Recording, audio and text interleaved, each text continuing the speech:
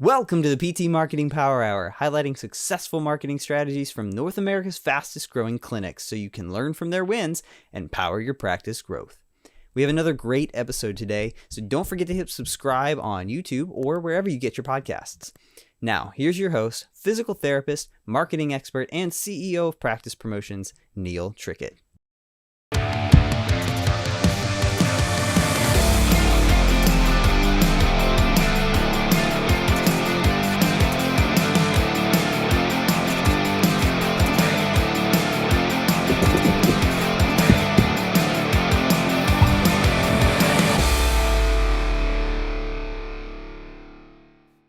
Hello, and welcome to the PT Marketing Power Hour, highlighting successful strategies from North America's fastest growing clinics so you can learn from their wins and power your practice growth. I'm your host, Neil Trickett. I'm the CEO of Practice Promotions, and today's focus, we're going to be talking how to grow your practice to a multi-location practice, and we've got an expert here, Raj Shupia. He's the co-founder, along with his partner, Matthew, of Foundation Physiotherapy in Toronto, and they started in 2011 with a passion for delivering high-quality healthcare in a progressive, non-traditional setting. And since then, their company has grown to over 6 locations across Toronto. And we've been working with Raj now for over 3 years. So it's been a wonderful experience to work with him. And from my personal experience, I can say that Raj is definitely one of the most business-minded and visionary practice owners that I've ever met. So I love his attitude toward being a business owner and not just a physio. So I think that really sets him apart. And we're excited to have you on today, Raj, to help enlighten our audience here to the successes and wins that you've had and things that you've figured out along the way. So welcome here, Raj. Thanks for having me again, Neil. Yeah, great. So yeah, you were on the podcast with us a couple years ago in the summer of 21. And your practice Foundation Physio Therapy and Wellness, you've definitely grown significantly in those past 2 years. Since then, obviously, we've all had to face a lot of challenges over those years, but you've done exceptionally well with it. So can you catch us up on what's been going on in your practice and your business world? Yeah, for sure, Neil. So going into the pandemic in 2020, we were 3 locations. It's been an up and down, a whirlwind of the past 3 years, but we're going to be at 7 locations this fall. So during the last 2 years, we acquired a business which had 2 locations. We partnered with a group of physicians and opened our 6th location, and now we are opening our 7th location. So it's been very exciting. On top of that, we have obviously running 7 locations is very different than running 3. So we reorganized our leadership within the business. We've created proper job roles, proper job descriptions, a reporting structure, really just built out much more improved systems to keep this new unit running. Wow, that's amazing. So has that been 4 practices here in like the last 2 years? Is that the kind of you've exactly. Yeah, 4 in the last 2 years. Wow.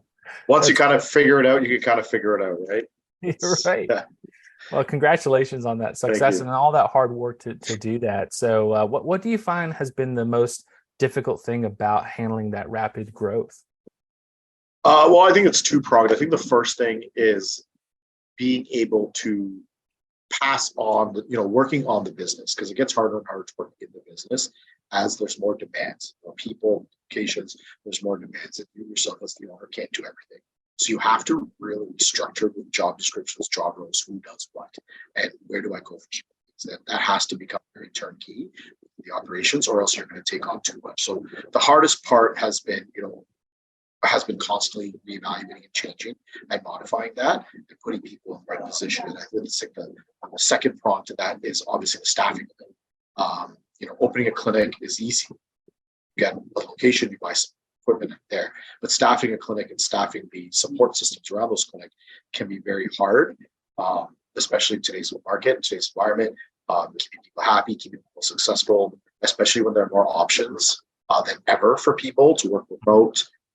People can work anywhere now. So you really have to be kind of, in the forefront as an employer, as a place that people want to work if people want to choose to work. So that's definitely been the most difficult thing. But that being said, the most rewarding thing with that growth has been able to, I don't really see it as 7 clinics. I really see it as 7 leaders or 4 more leaders that I've been able to elevate within my company. So by creating these new clinics, I've been able to elevate current staff into leadership positions and current administrative staff into management positions. So that's really been the most rewarding, is to be able to see people elevate into new roles, growing into clinic leads, directors, senior associates, just creating a true leadership structure within the team.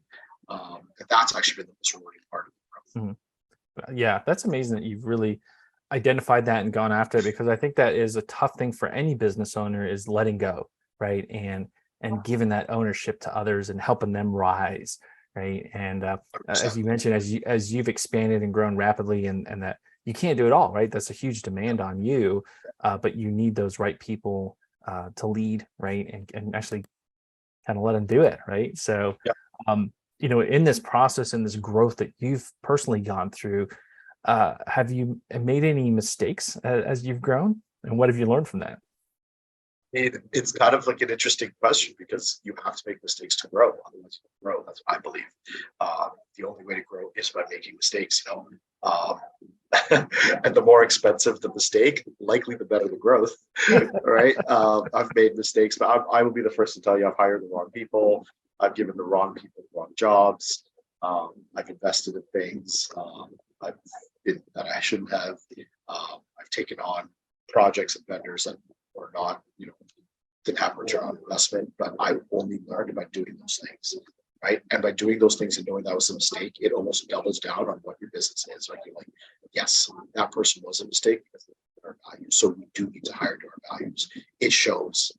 The proof is in the pudding, right? By making mistakes, you almost prove the successes.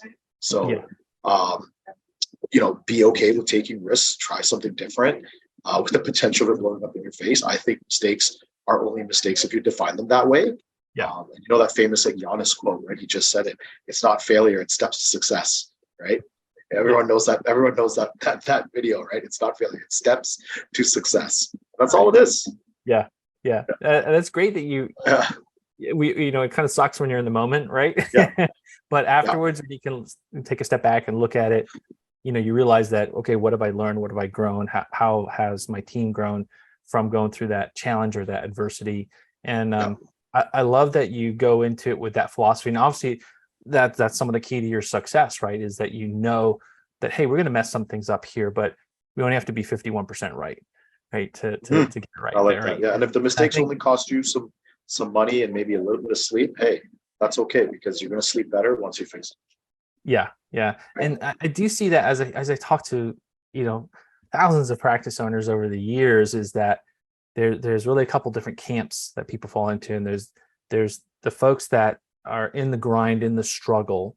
And they tend to be in that because they're afraid of making a mistake, right? They're afraid of taking that step that's outside of the comfort zone, right? And then there's the other side of it, where people are okay with making mistakes, right? And they're typically able to get further along. And you have to be smart, right? You have to be smart that you're taking a calculated decision, but realize that if it does go wrong, that at least you tried, right? And then you figured out how to do something better from that. So I think that's a wonderful philosophy. I think you're right. And you know what, like I think this is going to go into our next conversation, our next point, but having the capacity to make mistakes is also important, right? So where you're spending time on your business versus in your business, as a lot of owners do, then you don't have the capacity to deal with an emotional stress of making a mistake or some problems. But when you're working on your business, it's very different. You can remove yourself, you can strategically look at it and solve that problem much better than if you were day-to-day in the hospital, right? So that's a. And you talk, for yourself, right? And you've talked to a lot of other practice owners too. When do you see that pivot point when they need to start to really, carve out a significant amount more time to be the business owner than the therapist? I mean, I'm working with therapists right now. I'm sure you are too, or with clinicians right now that still haven't carved out the time. And it's this constant, it's a burnout that they start to feel. And if you start to feel a burnout, you start to question your ability as a leader or your ability as a clinic owner, that's probably time to make that mindset change. I think it happened for me organically. That was part of my growth. It allowed me to be from practitioner to owner, but or practitioner to entrepreneur. You just have that mindset. But there are people that they start to feel burnt out. They start to feel their clinics are like holding them down versus a right for freedom. Okay? Mhm. And if that you're starting to feel that way, then it's probably start thinking what needs to change here. Mm. Wow, that's really profound. So, it's really that inner journey, right? And looking at yourself, and if you're feeling, you know what, I'm not having fun with this anymore, right? Or, Yeah. it's kind of running me, right? Then you got to have that attitude, like something needs to change here, right? And it goes back to that risk. So you might need to bring on that extra clinician, and yeah, it's going to cost you, right? But if you can look beyond, hey, this is just replacing me, what will it allow me to do, and what would be the revenue potential, right, for me having the time to really focus on working the business? Like, what impact will that have on your practice, right? And I think you're a perfect example of that, Raj. Like, you saw that you needed that time to be the business owner, right, and focus on your business and step back more from care. And so in doing that, then you have that bandwidth to add on more personnel or add on another location, and that's the business growth of it. But I see it time and time again, and I've been through it myself. Like, you can be the number one limiting factor in your business, right? Yes, Yeah. 100%. Correct. And so what would you say then is really that number one mind shift that PTs need to take in order to be successful entrepreneurs? I think it's that mindset shift, right? It's being able to move yourself from the business, not being part of the business, but stop being player coach and be only coach, right? Mhm. There's a reason why the coach doesn't jump on to the field or to the court and start ball handling, right? Right. They always stay outside because they can look at the whole system. You've got to really take that approach. You can still be a clinician, but your mindset has to be in that of a coach, that of looking down at the whole system. Once you look at that and removing yourself from the business, then that creativity, that thinking outside the box, and even that ability to take risk, I think that all comes to organic once you're able to accept I have to remove myself from the system. Mhm. It's kind of a hard pill to swallow because I work on this with my coaching group as well, but it's like, try to make yourself replaceable in every role. Like, make yourself replaceable as a physiotherapist first. Then can you make yourself replaceable even as a clinic leader, as a manager? And then Mhm. can you make, at a higher level, can you make yourself replaceable as CEO? Right. And if you can do that, then you've truly, truly built a system. Right. Right. Yeah. And that's the steps you have to take. Right. And that there's work that comes along the way. But the easiest job to actually replace the whole system, Neil, as you know, is the job of a clinician. Because that's the easiest job to fill in any clinic. Yeah, absolutely. And then I think that, like, that was great. You bringing up that point about the clinical director, right? So, I see that's where some practice owners get kind of stuck too, is that they kind of able to pull themselves away from the clinician side of it, right? But then it's that, okay, you need someone now. I need to get someone to manage the others, right? Like that's the next kind of evolution step, and that's great. I think one thing I was just kind of wondering from you too, like what let's say like if you have, say, 3 therapists that work for you, right? What percentage of your time would you spend on clinical work versus business? If I was the clinician, if I was also treating and I had 3 other therapists. Yeah. So Yeah. let's say they have 3 other therapists, they're treating still full time ish. What would you say they need to kind of pare down to as a way to kind of focus more on their business? I think the owner should try to get to about 20 hours a week. Right. I think that's a good, because then you can spend the other 20 hours on other things. And everyone has personal reasons, right? Like for me, it was my family that pushed me a little bit more because I have a family. I needed to be present. I needed to be there. I couldn't work evenings, so I had to go to kids' tournaments. So sometimes the need will create that. But some of those barriers kind of come in almost organically, like you say, with family. But if that is not there, then there are some owners that will work 40 hours a week and then run their business for another 40 because they have the 80 hours to spare. But are they having time for anything else, right? So I would say a 50 to 60 hour work week is a 50-hour work week is great, and then you could probably do 20 to 25 of each, right? At that level, right? So I still do about 10 hours because I love it. not because I need it for income, 10 to 12 hours. But the rest is management running business. Cool. Yeah, that makes a lot of sense there. And I think where I see again, like people get into trouble is that they still are doing that 40 hours or 35 hours of patient care. And then they're trying to handle all the other things that need to happen within the business. And then they're doing 60, 70 or more hours a week and they're burned out. Right.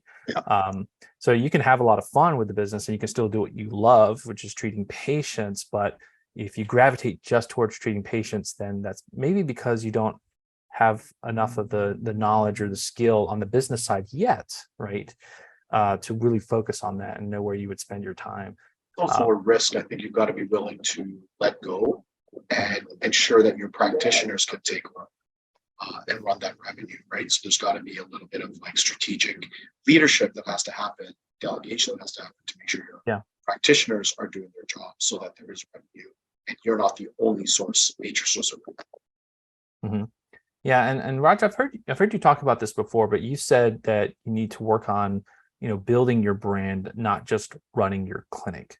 Can you elaborate that a little bit more? What do you mean by that? Yeah, so I mean, I think that talks about like the growth, like the future versus the now, right? Running is the hamster on the wheel just running, right? Or are you the person spinning the wheel behind it, right? So you don't want to just be running a clinic because that's tedious. You get burnt out. So building a brand is working on something in the future, right? What are you working on to improve your business? So it really comes down to systems, operations, building reporting structures, like creating that scalable system that can be implemented in the future. And there are a lot of times where I draw things, I spent a whole day, and then 3 weeks later I've scratched what I did and I've made something else in terms of structure. That's like because you have the time to do so, right? It's like an easel. That's building your brand. It's like building a house, right? If you live in the house, you actually never see the outside of the house, right? But when you're building the house, you see the outside of the house. And it's interesting because people, they want to live in a house when they see it. It looks beautiful. They actually spend more time inside it than outside it. And they never know what the outside looks like. But the outside, somebody's worked hard on keeping the outside, pretty and up to par. So that's your job. It's building that, right? It's creating more space and looking in the future. I think that's extremely important. It's looking at the future, not looking at now. Yeah, that's a very cool analogy. So, as a business owner, we know you can't do everything yourself, right? So for you, like what systems or processes have you built in your business to be successful? Oh, pretty much every department that you can think of that exists in a company is a system or a process. Finance, operations, marketing, right?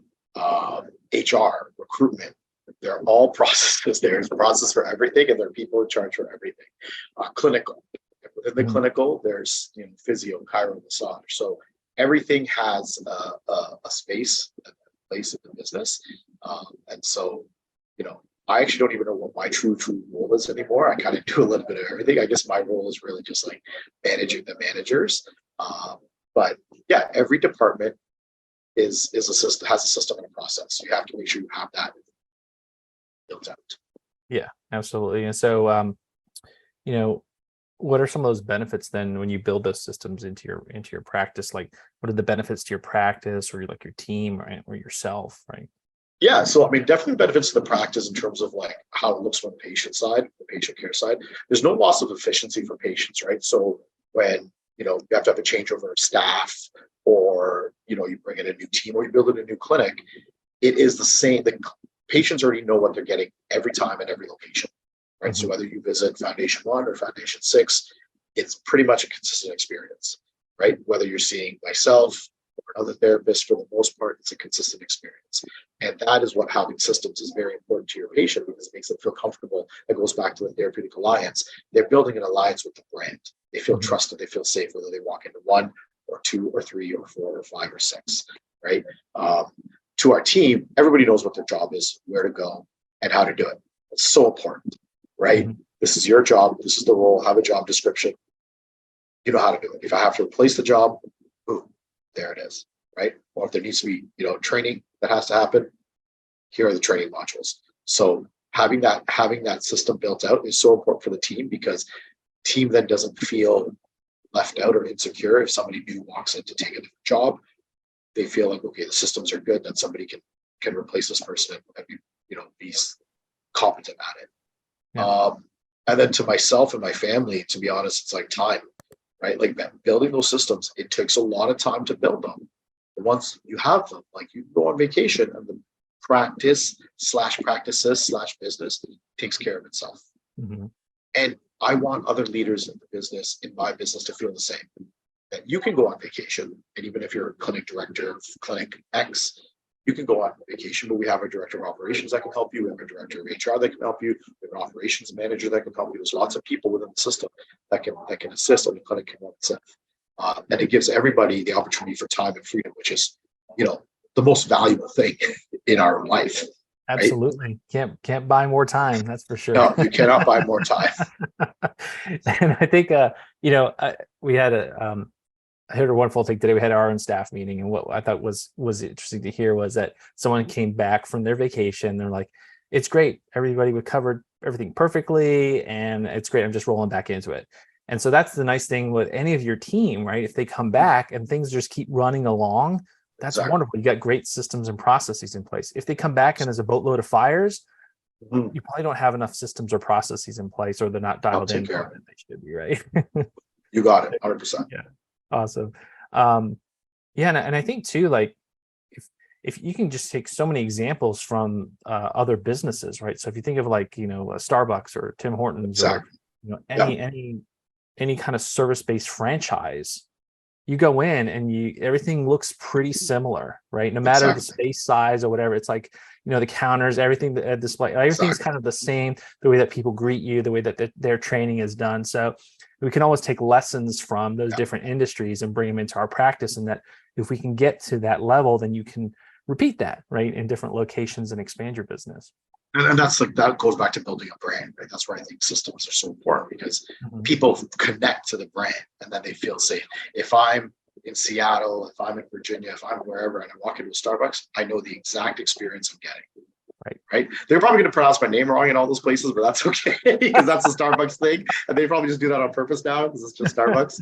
But you know what you're going to get, and you know how it tastes. So, you trust it, you feel safe, you feel comfortable. And that's the best part of brand building. Right? Yeah. I think that's the journey. So part of it is putting those systems in, like you said. And then, the next thing is like, how do you know things are working, right? So how do you measure those systems? So for you, like, what kind of things have you done to be successful with knowing metrics and measurements for your processes? Yeah, I mean, obviously there's certain things that have to be tracked that are trackable, right? So, like marketing, for example, we want to make sure we're getting X number of new clients a month. We want to make sure we're getting X impressions, right? And if the systems are producing those numbers, then yes, it's working. And if they're not, we have to address it, right?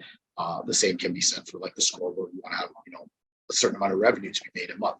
And I've seen, when I've tracked those revenue numbers, right? Like if I'm not involved in the business, how much of the revenue is coming in? And if there's enough revenue that's being made, then those systems are working. So we look at a lot of those things, right? You can also have like, there's certain things that are more subjective. So you can have like checklists and people reporting completion of their jobs via those checklists, and creating accountability in those jobs. I think is important. To make sure that the jobs are being done. For the more like, the ones that can't track as much, but the ones that can be tracked have to be and must be tracked. Mm-hmm.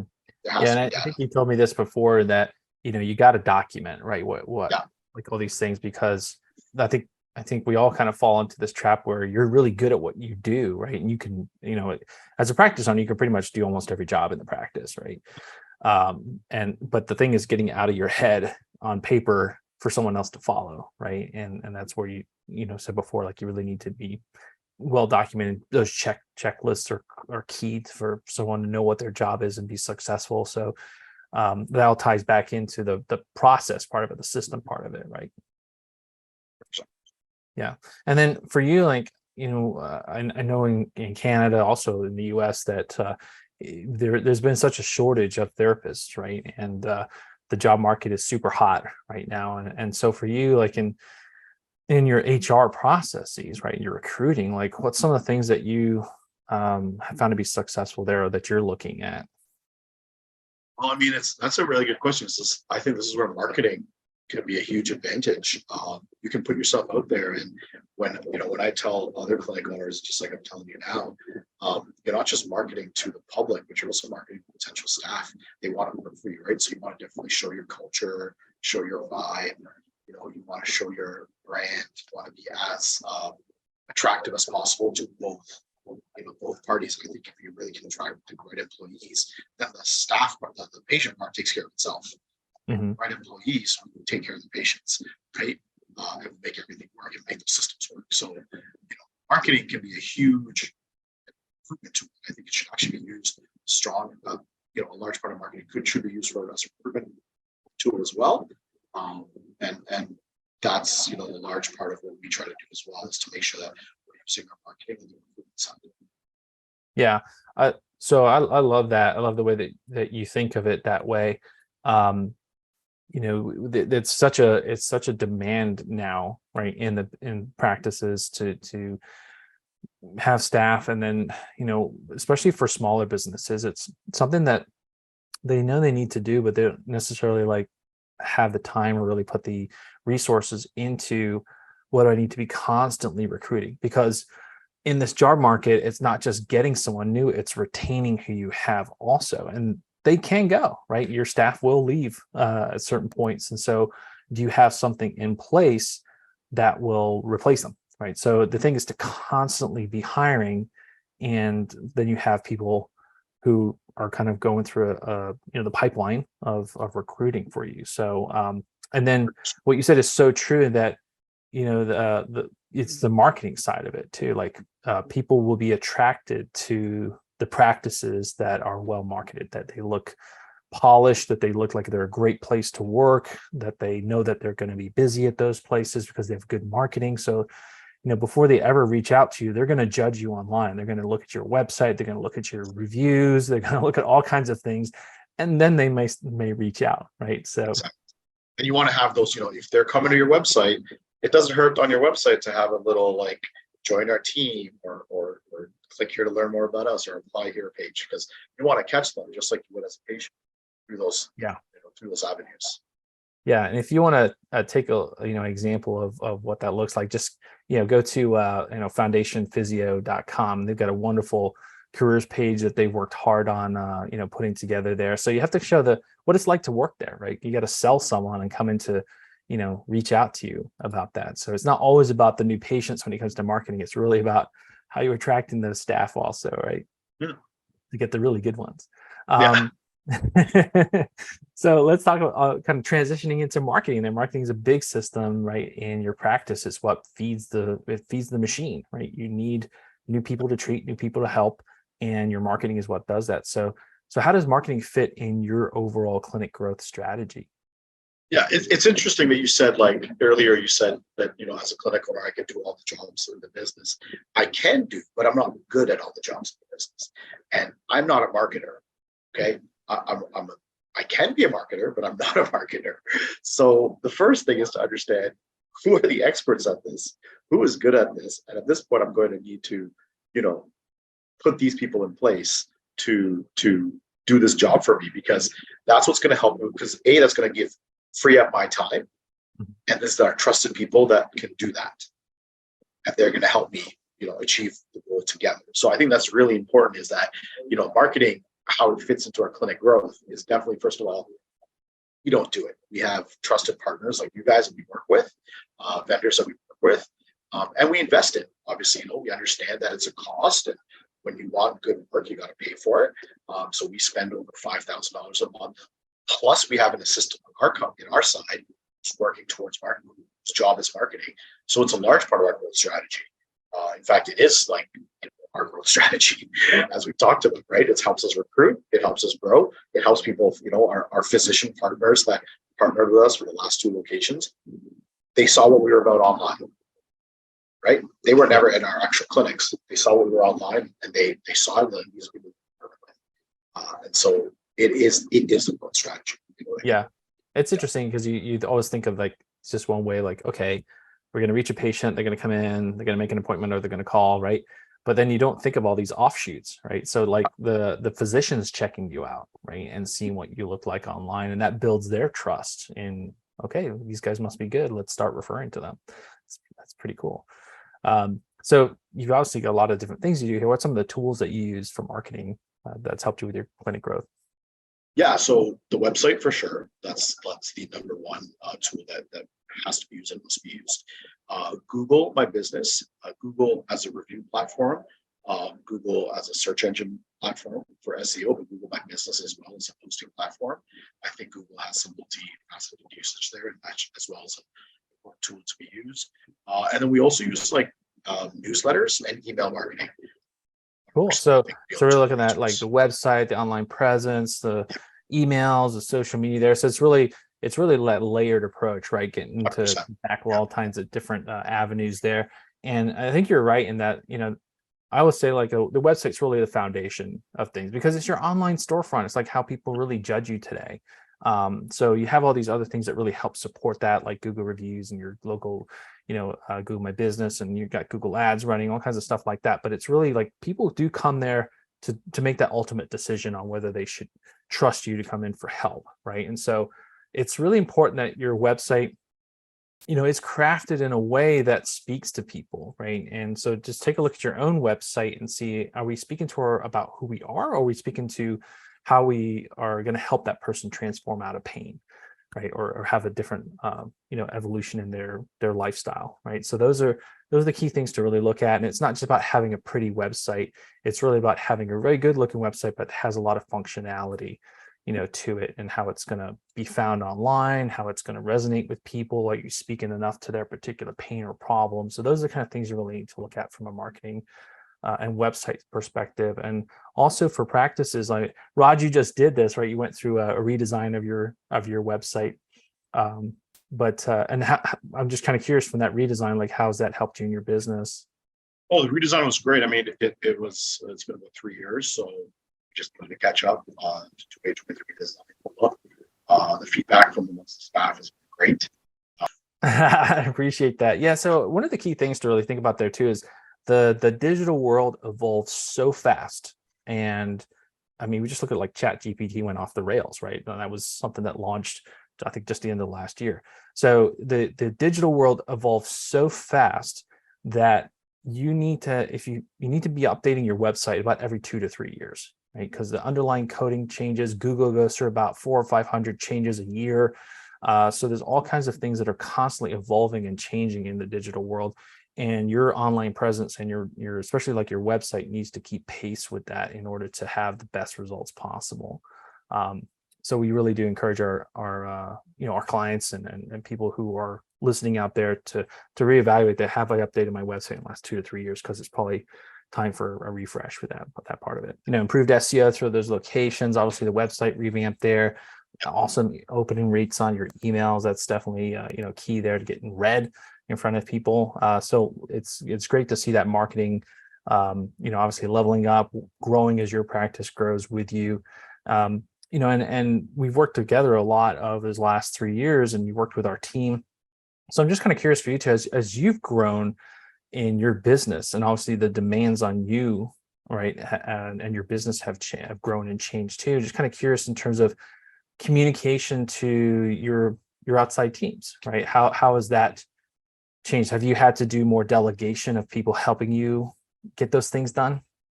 Yeah, 100%. I've had to put in like directors, like we talked about clinic directors. Now we have like directors above those clinic directors, right? Director of operations, director, and we have assistants. And that goes back to some of that delegation that we were talking about earlier, right? You gotta trust that those people can in your team, right, can help you with talking to outside vendors. And I know from growing practice promotions, and I'm sure you've seen this too, is that the bigger that you get, the more vendors and consultants that you actually work with, right? And that's a good thing, right? Like you said, you may know these different things of like how to do them, like the marketing, but you want to rely on outside experts to help you get the best possible result, right, for that. And that's true, right? Like you want to delegate not just internally but externally. Like, we're not Starbucks. We can't hire a CMO and an entire marketing agency right within our team, so we do have to use vendors. That's where I think marketing and using a vendor probably like the best bet, right? Absolutely. Yeah. And I know here, like, in the States too, we have a lot in terms of insurance verifications and all kinds of things we have to go through there. So sometimes, working with outside consultants for, finance and for billing and for insurance, right? And then obviously we use in your practice, right? You send people out for training, right? For clinical improvements, right? So they go to continuing education. So, it's those other areas of the business that you're also needing to grow and train upon and use outside help and sources there. So it's not just always the clinical side or maybe just the billing side of it, but like the other parts of the business too. How can you bring in experts to help you get, better? And so, Raj, you do some coaching here with other clinics and things in the area too. So, do you have any advice to struggling practice owners, specifically, like, in your opinion, what do you see as usually the biggest problem that practice owners face today? We've touched upon this like in another conversation today, Neil. I think like definitely it's working too much in their business. It's being in that hamster wheel, right? Mhm. And not looking at that cage, right? Like you got to work on their business. The intention of building the business was a place, was this business built for just a place for you to work in forever, or was this business built as a opportunity for you to have more time? Right. It was probably the latter, right? Yeah. So we've got to go back to that. We got to go back to that why, that why, and really work on that mindset. And sometimes it's going to take you to a place of discomfort, which is a little bit more risk taking, a little bit more talking to people differently and investing more resources into certain things. But remember, going back to your why. Why did I start this? I started this like for my time and my family. That I need to invest in this. It's not just a lease and 4 beds, and some gym equipment. It's more than that. Right? Yeah. It's the systems I need to build out. I need to invest in the systems. And that's actually where, if you talk about where we spend most of our money, Yeah. and the equipment is a time purchase. Also, our time and money is spent on the systems constantly. Mm-hmm. And that is, I think, the biggest problem that they face as they forget is they're not looking at it from that top level, right? Right. Yeah, great advice there. Obviously, always be looking at how can you be working on your business more, right? And all those different things that go with that, changing that mindset, right? And I love how you say go back to the why, right? Why did you start your practice in the first place? I know for a lot of practice owners, like they wanted to do it their own way, right? They wanted to treat people a certain way. They want to have opportunities. They want to have some more time, some more freedom. I think where things go off the rail is that they start to just keep with that same model throughout the growth, and then they don't evolve themselves or their business as much as they should, and then they're stuck in this world of I'm doing everything, right? So first step is to really, how can you help start to replace yourself and have more time to work on things? That's really, again, starts with that kind of mindset change in the individual. Awesome. And so is there any final words of advice that you would have for our practice owners out there? Yeah, the first thing is find a support system. Someone that you can be vulnerable with, someone that can hold you accountable, someone or some people, someone that's going to help you reflect on your failures and your barriers. Someone who's going to question you a little bit, because like we said, like you might be the biggest barrier. That inner journey is so important for growth, right? So having that support system, whether it's a peer support group, partner, or family members, is key. When you're building your team, remember building your team, not just of workers or contractors or employees. They're ambassadors. They represent your brand. They represent you. They're an extension of you. So keep that in mind, right? When you're hiring, you're bringing on people into your practice, that they're ambassadors, that they can wear your logo, that they can be, an extension of you. That they're in for a year or for 5 years. That's very, very important. Change the mindset and always keep changing the mindset. What worked now, what worked before, what worked now, and what worked now will not work tomorrow. So keep evolving, right? That's the truth. Yeah, and to be honest, that being said, I think I wrote this down here because money cannot be your only motivator, right? It has to be impact. It has to be that personal growth, right? Money comes as a result of that, right? There are much more easier ways to make money than to open a practice. Trust me. Okay, Yeah. but it has to be impact, and it has to be your why and your reason, and then the money comes with that. So money cannot be your only motivator. You have to be motivated by the willingness to grow. And if that is in you, then I totally applaud you and encourage people out there to go on this journey of entrepreneurship. Awesome. Yeah, great words of advice there. So make sure that you have a good support system, right? Someone you can be accountable to, people that can help you out, and work with those ambassadors, right? And then working with that mindset shift, right? How can you grow your business, right? By focusing more on the entrepreneurial side of it. And then obviously, I think that's just wonderful advice in terms of what is your impact? That goes back to a lot of the why, right? Because we got into it to help people, right? Yeah. So money will flow where things are efficient, where there's good care being done, right? And that there's good, business being done too, right? So the money will come with that. So I love it. So You said it better than I did, Neil. Oh no, man. Not at all. So Raj, awesome to have you on here. I love all the advice that you had to bring. Definitely check Raj out there at foundationphysio.com. It's got a lot of good stuff for you to check out. And then he also does some coaching around in the Toronto area, right, and in Canada. So, connect with Raj if you're looking to expand your practice. He can definitely help you out with that. So, Raj, thanks so much for being on today and sharing your wisdom with us. Thanks, Neil. It's great being here. Awesome. Have a great day. You too. Bye. Thanks again for joining us today. Be sure to check out practicepromotions.net/power. There, listeners can download over 9 checklists and free resources made to coach you through simple, proven marketing actions to increase new patients. So check it out today. That's practicepromotions.net/power, and I'll see you next time.